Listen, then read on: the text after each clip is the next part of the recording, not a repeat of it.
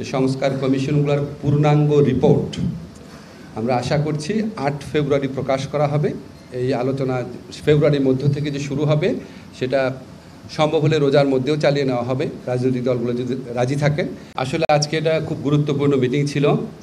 Commission প্রধানদের সাথে আপনাদের অলরেডি নাম বলা হয়েছে, ওনাদের সাথে আমাদের প্রধান উপদেষ্টা ডক্টর মোহাম্মদ ইউনূস এবং জাতীয় ঐক্যমত্য কমিশনের প্রধান ডক্টর মোহাম্মদ ইউনূস একটা বৈঠক করেছিলেন সংস্কার কাজের অগ্রগতি সম্পর্কে জানার জন্য। সেখানে কিছু ডিসিশন হয়েছে, এটা আপনাদের জানাচ্ছি। যে সংস্কার কমিশনগুলোর পূর্ণাঙ্গ রিপোর্ট আমরা আশা করছি ৮ ফেব্রুয়ারি প্রকাশ করা হবে।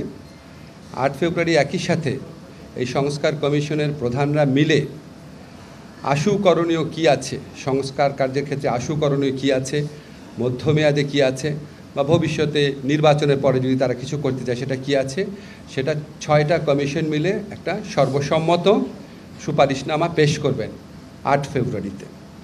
এই সুপারিশনামা এবং কমিশনগুলোর রিপোর্ট আমরা সকল রাজনৈতিক দল এবং আমাদের জুলাই গণ অভ্যুত্থানের পক্ষের শক্তি যারা আছে তাদের কাছে পৌঁছে দিব সেদিনই। এরপর রাজনৈতিক দল গণ অভ্যুত্থানের পক্ষের সকল শক্তির সাথে আলোচনা এবং সমঝোতা ক্রমে জাতীয় ঐক্যমত্য কমিশনের প্রথম আনুষ্ঠানিক বৈঠক অনুষ্ঠিত হবে।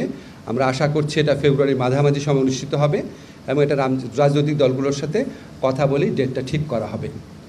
জাতীয় ঐক্যমত্য কমিশনের প্রথম বৈঠকে সভাপতিত্ব করবেন ঐক্যমত্য কমিশনের প্রধান ডক্টর মোহাম্মদ ইউনূস এবং এখানে সকল রাজনৈতিক দল এবং আন্দোলনের যারা পক্ষশক্তি ছিল তাদের প্রতিনিধিরা থাকবেন এবং আমাদের যারা কমিশন চিফ আছেন ওনারা সবাই উপস্থিত থাকবেন। এটাই আজকে মোটামুটি অগ্রগতি। আমরা আশা করছি এই আলোচনা ফেব্রুয়ারির মধ্য থেকে যে শুরু হবে সেটা সম্ভব হলে রোজার মধ্যেও চালিয়ে নেওয়া হবে, রাজনৈতিক দলগুলো যদি রাজি থাকেন, এবং যত দ্রুত সম্ভব আমাদের সংস্কারের ক্ষেত্রে করণীয় কী সেটা ঠিক করা হবে।